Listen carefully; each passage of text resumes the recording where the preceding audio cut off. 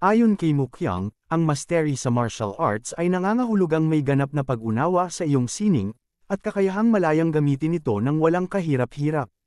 Ngunit kahit na naabot niya ang isang mataas na espiritual na antas, ang pagmamaster ng dalawang first-rate martial arts sa loob ng wala pang 10 araw ay isang milagro.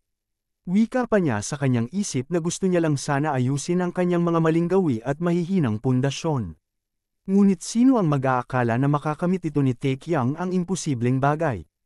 Sinabi rin niya sa kanyang isip na maliban sa bahagyang pagkakaiba sa posture at anyo, halos perpekto na si Taekyang. Iniisip rin niya na ang kanyang lakas, tibay, at liksi ay hindi lamang mas mataas kaysa sa mga martial artists sa parehong ranggo niya, ngunit patuloy pa rin itong bumubuti ng mabilis. Pero hindi nito alam na ang ating bida ay naging isang hunter na sa halos 7 taon nito sa totoong mundo. Sinabi rin niya sa kanyang isip na mahirap paniwalaan na ang reklamador na bata na gusto lang magpalaki ng muscle para magpa-impress sa mga babae ay magbabago ng ganito sa loob ng wala pang 3 taon. Ibig rin niya ipabatid na malayo pa siya sa pagiging isang Diyos ng digmaan, subalit nararamdaman niya na hindi na siya nalalayo dito. Habang nakatitig naman ang ating bida sa kanyang sistema, nakita nito na sa pamamagitan ng scroll crafting, ay kaya niyang lumikha ng sarili niyang martial arts scrolls batay sa mga martial arts na namaster niya na. Matapos nito, napakamot siya sa kanyang pisngi at nagwika sa kanyang sarili na ito'y labis na sasabik sa kanyang bagong kasanayan. Ngunit napagtanto rin niya na wala rin itong silbi. Gayunpaman, sa tingin niya na mas mabuti na rin ito kaysa wala. At mula sa wala, siya ay hinampas ni Mukyang ng kanyang hawak na espada sa kanyang ulo at tinanong siya nito kung bakit ito naliligaw ng isip at hindi nakikinig. Kaya napasigaw si Taekyang sa kanya kung bakit siya nito paulit-ulit na sinasaktan sa ulo. Sinambit rin sa kanya na kung sino ang nagsabi sa kanya na siya ay okay lang na tumingin sa iba habang nasa laban. Sa puntong yun, nagsalita si Mukyang sa kanya na nagtatapos na ang kanyang pagsasanay. Kaagad naman nagbigay ng alerto ang sistema na ang pagkapasa o pagkabigo ng misyon ay depende sa pagsusuri ni Mukyang. Sinabi rin sa kanya ni Mukyang na siya ay malayo pa sa pagiging tapos. Sinambit rin ito sa kanya na 10 araw lang ang kanyang ginugol para makarating sa puntong ito. Pero bago pa niya natapos ang kanyang mga salita, ay agad niyang napansin ang ekspresyon ni Taekyang, kaya't siya ay kanyang tinanong kung bakit ganito ang kanyang ekspresyon. Sa puntong yun, ang ating bida ay nagbigay ng napakapangit na ekspresyon ng ngiti sa kanya, at nagsasabi na kung ano ang kanyang ibig sabihin. Habang si Mukyang ay pinuna ang kanyang pangit na ekspresyon. At ang kadahilanan pala ng lahat sa ngiti na yun ni Taekyang ay dahil sa natamo nitong pag-unlad sa kanyang quest, kung saan nasatisfy nito si Mukyang sa kanilang pagsasanay. Dahil dito, itinuro ni Taekyang ang kanyang kapatid at sinabihan nito na siya ay 25 taong gulang na pero parang isa pa rin siyang mahiyaing bata kung umakto. Nagalit si Mukyang at sinabing, anong kalokohan ang pinagsasabi nito? Ngunit siya ay tinawanan lamang ni Taekyang at sinabing, huwag na niyang alalahanin yon. At okay lang maging mahiyain siya sa edad nito. At sa labas naman ng kanilang bahay ay mayroong kumatok na lalaki. Habang ang dalawa ay abala sa kanilang diskusyon, biglang pumasok ang lalaki at tinawag ang pansin ng dalawang young master. Sa puntong yun, ang dalawang magkapatid ay sabay na tumitig sa kanya. Dito ay kanyang ipinahayag na sinabi sa kanya ng pinuno ng mas mababang pamilya na sila ay ipatawag dalawa. Pagkatapos, lumipat ang eksena sa tinitirhang palasyo ni Waikyang, kung saan ipinahayag nito sa dalawang magkapatid na nais niya na pumunta silang dalawa sa lugar ng Mount Heng Sword Sect. Sinambit din niya kung bakit nais nito silang papuntahin doon, dahil ang Mount Heng ay magiging mahalagang mga bisita sila sa nalalapit na summit. Subalit si Mukyang ay tila tutol dito at nagrereklamo kung bakit kailangan pa niyang may sama na pumunta doon. Kasabay nito si Taekyang na sa kanyang tabi ay nag-iisip na ang bastardo nitong kapatid ay sinusubukang makawala sa sitwasyong ito. Dito ay nagpahayag si Waikyang sa kanya na ito'y dahil espesyal na hiniling ng pinuno ng sekta ng Mount Heng Sword Sect na sila ay dadalo. Nang marinig ito ng dalawang magkapatid, ay kaagad silang nagulat at nag-iisip. Kaya't sinabi ni Taekyang na inakala niya na ang dating leader ng sekta na si Bloodhound Lee Chonbek, at ang karamihan sa kanilang mga martial masters ay namatay na sa 8 Heavenly Valley. Dagdag pa niya na ang pangalawang anak na si Lee So-John ay namatay rin dahil sa pagkalason.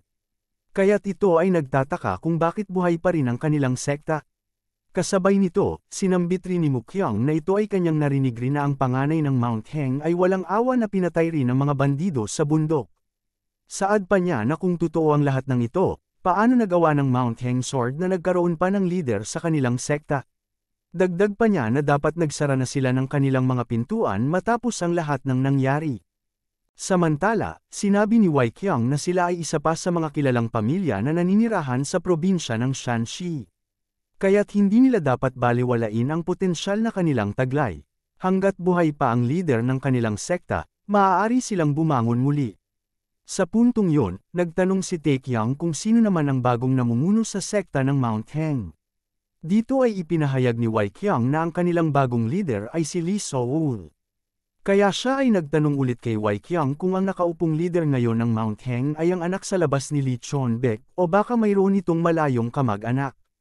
Napatigil si Wei Qiang ng ilang segundo at pagkatapos, sinabi nito kay Taekyang na parang hindi niya pa rin naalala ang lahat. Kaya nagtanong ang ating bida sa kanya kung ang bagong leader ba ng Mount Heng ay isang tao rin ba na kanyang kakilala. Dito ay kanyang ipinahayag na ang bagong leader ng sekta ng Mount Heng Sword ay isang babae, at yun ay walang iba kundi ang pangatlong anak ni Li Chonbek, at ang nag-iisang kapatid na babae ng yumaong si Li Sojan. Dahil dito, napatigil ng saglit ang ating bida at tila ito'y nagtataka. Ilang sandali pa nito, naalala niya ang nangyari sa kanila ni Li Sojan, kung saan siya ay kanyang pinagbintangan na siya ang naghubad ng damit ng kanyang kapatid na babae at nagtangkang gumahasa dito. Matapos nito maalala ang pangyayari sa kanila, ay kaagad itong nabigla ng labis. Dahil dito, napamura ang ating bida at nagbigay ng pagkagulat na mukha o ekspresyon, kaya siya ay tinanong ni Mukyang kung magkakilala ba silang dalawa ng babaeng yon. Kasabay rin ito, nagsimula nang magsalita si Wei Qiang ng mga kahilingan mula sa bagong hirang na leader ng sekta ng Mount Heng, ngunit hindi pa man ito tapos sa kanyang pagsasalita. Ay kaagad na tumalikod si Mukyang at sinubukan na umiwas sa pagpunta sa lugar na yon. Ngunit sinabi ni Wei Qiang sa kanya na kung pupunta siya kasama si Taekyang doon, ay may isang practitioner na handang magbahagi sa kanya ng ilan sa kanilang mga martial arts scrolls mula sa Peak Realm. Kaya nakangiting tumawa si Wei Qiang sa kanya, sapagkat alam nito na si Mukyang ay isang panatiko sa mga martial arts scrolls, kaya binanggit niya ito upang hindi ito tumanggi sa kanyang hiling na siya ay sumama doon. Kaya nagtanong si Taekyang kung kailan sila aalis, na kaagad naman tinugunan ni Mukyang na sila ay aalis na ngayon din. Pagkatapos, tiningnan ni Taekyang ang kanyang quest window na may pamagat na ang kaaway kahapon ay kaibigan ngayon. Dito ay ipinahayag ng sistema na ngayon ay nailantad na ang katotohanan, ang Mount Heng Sword Sect ay hindi na kanilang mga kaaway, kundi isang mahalagang kakampi na dapat niyang makilala. Kung saan sinambit rin ito na bago pa man ang susunod na summit, ay dapat na siguraduhin ito na dalhin sila sa pamilya Jin ng Taiyuan. At ang ranggo ng kanyang quest ay nasa first rate. At ang layunin ng quest ay may hatid nito ang invitation letter, at wala rin itong kaakibat na penalty kapag siya ay mabaigo sa quest.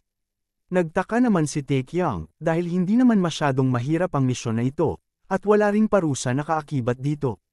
Kaya sinambit nito sa kanyang sarili na kailangan niya lang ihatid ang sulat ng imbitasyon, at yun na yun. Iniisip rin niya na kahit na natutuwa ito na yun lang ang kailangan niyang gawin para sa misyon na ipinilit sa kanya, ay hindi niya pa rin maiwasang makaramdam ng kaunting pag-aalala kung ang misyon ay parang masyadong madali. Gayunpaman, siya ay nagwika sa kanyang isip na mas mahalaga kaysa roon ay maaari siyang mag-log out. Nang sinambit nito ang pag-log out, bigla tumunog ang sistema at nagpakita na maaari siyang mag-log out ngayon kahit nasa gitna pa ng misyon na ito. Dahil dito, siya ay nagulat sapagkat pwede pala siya umalis dito kahit nasa gitna ito ng kanyang misyon. Kaya sa puntong yon, natutuwa si Taekyang na iniisip, na kailangan niya nang tapusin ang kontrata nito kay Leader Choi at subukan ang bagong martial arts na kanyang natutunan. Dito ay nagsalita si Mukyang na kung sasakay sila sa karwahe ng ganito kabagal, ilang araw pa ang aabutin bago sila makarating doon. Kaya siya ay sumigaw at tinawag ang driver ng karwahe na horseman at ito ay kanyang pinapadali sa pagbiyahe.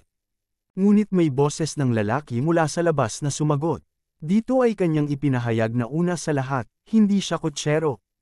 Pangalawa, hindi siya makakapagmaneho ng mas mabilis kaysa sa takbo nila ngayon.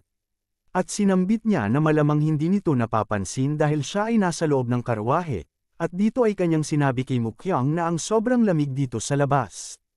Dagdag pa niya na nagsisimula ng magyelo ang mga daan, kaya ito na ang pinakamabilis na magiging takbo nila. Nagpatuloy si Mukyang sa kanyang pagsasalita. At dito ay kanyang sinabi na kung siya ay hindi isang kutsero bakit siya ang nakaupo doon sa labas. Dahil dito, nagpaliwanag sa kanya ang lalaki sa labas na bago sila umalis, ay sinabi ni Mukyang sa lahat ng mga kasamang naglalakbay na sila ay umalis dahil sila ay nakakaabala. At nagkataon din na ang kutsero ay kasama sa mga taong sinabihan nito. Kaya sa puntong yon, tinanong ni Mukyang sa kanya kung sino naman ito. Nang hindi ito sumagot sa kanyang katanungan, ay agad niyang binuksan ang bintana at napagtanto na si Mujin pala ang driver ng kanilang karwahe. Habang si Mujin ay nagsisimula ng magyelo ang katawan sa lamig. Kaya't agad niyang isinara ulit ang bintana at sinabihan itong bastardo. Dito ay nagawa niya ulit magpakilala sa kanya na siya ay si Hyuk Mujin. Sa pagkakataong yon, sinabi ni Mukyang sa kanya na bakit hindi siya umalis kasama ng iba at pinahayag sa kanya na sana dinala nito ang kutsero sa kanilang pag-alis. Siya ay sumagot sa kanya na siya ay sumusunod lamang sa mga utos ng kanyang ikatlong young master. Dahil dito sinabihan ni Mukyang ang kanyang kapatid na tila magkasundo talaga silang dalawa ni Mujin. Habang ang ating bida ay tahimik na nagtatakip nito ng kanyang suot na jacket. Kaya siya ay tinanong ni Mukyang kung ano ang kanyang ginagawa. Sumagot naman ang ating bida sa kanya na siya ay nagsasagawa ng chi meditation. Kaya nagtanong si Mukyang kung ano ang kanyang ibig sabihin, sapagkat mukhang sinusubukan niya lamang matulog dito. Dito ay galit siyang nagpahayag sa kanya na sinusubukan niyang paikutin ang kanyang chi sa pamamagitan ng chi meditation. Kaya sinabi rin ito sa kanyang kapatid na malamang alam naman nito kung ano ang mangyayari sa kanya kapag inistorbo nito sa kanyang chi meditation at yun ay ang pagkahulog nito sa chi deviation. Kaya sa puntong yon, iniisip ni Mukyang na tila siya ay nagpapalusot lamang, kaya siya ay kanyang binyantaan na susuntukin nito. Kaya't nagpapawis na pumikit si Taekyang ng kanyang mata at sinabi sa kanya na siya ay magsisimula na, kaya't huwag siya nitong gambalain. Dahil dito, siya ay napapikit ng todo sa kanyang mata, dahil inakala niya na papatamaan siya ni Mukyang. Pagkatapos, binuksan nito ng bahagya ang kanyang mga mata upang tingnan ang kanyang kapatid. Nang makita niya na ang kanyang kapatid ay nakaupo ng mapayapa sa gilid. Siya ay nagwika sa kanyang isip na hindi rin niya alam kung kaya nitong ipagkatiwala ang mahalagang katawan nito sa pangangalaga ng kanyang kapatid. Ngunit wala na siya magagawa pa kundi hahayaan na lamang ito sa kanya. At sa puntong yon, dumating na rin ang oras ng kanyang pag-log out. Dito ay nag-alerto ang sistema na kung gusto ba nito mag-log out, na agad naman tinugunan ng ating bida ng oo. Pagkatapos nito, siya ay bumalik sa totoong mundo kung saan nandoon ito sa kanyang apartment. Nang sandaling yon, siya ay lumabas sa kanyang kwarto at napamura sa sobrang init nito sa loob. Dito ay kanyang sinabi na napakainit na ng kanyang katawan, at ang pangit ng kanyang tinitirhang apartment. Nagwika rin siya na kailangan na niyang magmadali na makaalis sa apartment na ito. Pagkatapos, siya ay tumingin sa kanyang cellphone kung saan nag-set ito ng stopwatch noong siya ay pumasok sa loob ng Murem. Kaya ito'y nagwika sa kanyang isip na siya gumugol ng humigit kumulang 20 araw sa ibang mundo. At ito ay nangangahulugan na ang 10 araw ay katumbas ng 1 oras sa totoong mundo. Ilang sandali, tumunog ang kanyang cellphone at kaagad niyang tiningnan ito. Dito ay nag-text sa kanya si Choi at pinaalala sa kanya na sila ay magkita sa magkaparehong oras at lokasyon. Dito ay kanyang naalala ang unang sinambit nito sa kanyang leader na maaari pa niyang dagdagan ang mga kondisyon na pwede nitong ialok sa kanya. Kaya siya ay nagwika sa kanyang sarili na kung dapat na ba niyang magpare-evaluate muli ng kanyang ranggo. Pagkatapos, lumipat ang eksena sa lugar ng lokasyon ng kanilang pagkikita. Kung saan makikita natin na si Taekyang ay nagsisimula ng magpirma ng kanyang kontrata. Nag-alerto ang sistema na siya ay sumali sa guild peace at kasabay rin ito na natapos na niya ang pagpirma ng kanyang guild contract. At para sa kanyang pagkumpleto ng achievement na ito, siya ay makakuha ng 10 puntos. Habang iniisip ni Taekyang na hindi rin niya akalain na magiging achievement rin ang ganitong bagay. Kaya siya ay masayang nagwika kay Choi na siya ay nasa kanyang pangangalaga na ngayon. Dahil dito, nagtanong si Choi sa kanya, ang naging una nitong pahayag sa kanya. kung saan sinambit ni Taekyang na dapat niyang itaas ang mga kondisyon ng kanyang kontrata. Kaya pinaalalahanan nito ang ating bida kung okay lang ba sa kanya na pirmahan ito ng ganito. Dito ay tumawa ng malakas ang ating bida at sinabi na siya ay nagbibiro lamang sa kanya, at giniit nito na napaka-imposible para sa isang tao na baguhin ito ng ganoon kalaki sa loob lamang ng isang araw. Isinasaalang-alang ni Taekyang ang down payment na $500,000 at buwanang bayad na $50,000 na may 70% claim ratio. Hindi lang yun, magkakaroon pa siya ng sarili niyang bahay at sasakyan na ibibigay ng guild. Iniisip rin niya na ang lahat ng ito ay hindi niya kailanman naisip 3 buwan na ang nakalipas. Kaya naman, wala nang dahilan para magdulot siya ng anumang pagdududa sa pamamagitan ng pagpapare-evaluate ng ranggo nito. Kailangan niya lamang makontento sa kung anong meron siya ngayon. Wika rin niya sa kanyang isip na mahirap isipin na siya ay isang sleeping dragon ng Shanxi sa mundo ng Mirim. Habang isa rin siyang hunter na kumikita ng malaki sa totoong mundo. Kaagad nagsalita si Choi sa kanya na tatapusin na nito ang pagproseso ng kontrata ngayong gabi. Tinanong rin niya ang ating bida na kung siya ay may ibang katanungan, ay huwag itong mag-atubiling magtanong. Sa oras na yon, tinawag ni Taekyang ang pansin ni Choi. Kung saan nagtanong ito sa kanya kung ano yon. Dito ay nagsalita si Taekyang na siya ay kanyang sampilan sa mukha. Sapagkat gusto nito masiguro na hindi ito isang panaginip, nang bigla, siya ay sinampal ni Choi nang walang pag-aalinlangan. Dito ay napamura si Taekyang sa kanya at nagsalita na sinampal talaga siya nito nang walang pag-aalinlangan. Sinabi ni Choi sa kanya na siya ang uri na hindi tumatanggi sa isang kahilingan. Pagkatapos, tinanong siya nito kung siya ba ay gising na sa katotohanan. Dito ay nagsalita ang ating bida na sobrang gising na niya sa mga sampal nito. Kaya sumagot naman si Choi sa kanya na napakaganda na marinig ito mula sa kanya. At sinambit sa kanya na mas mabuti talagang na makipagkita siya sa iba kapag nakakaramdam siya ng pagka-presko. Nagtanong naman ang ating bida kung ano ang kanyang ibig sabihin na siya ay makipagkita sa iba. Dito ay kanyang sinabi kay Taekyang na siya ay makikipagkita sa kanyang mga guild members at wala nang iba pa. Kaya't kaagad silang umalis ni Choi sa kanilang kinaroroonan upang makipagtagpo ito sa iba pa nilang miyembro ng guild.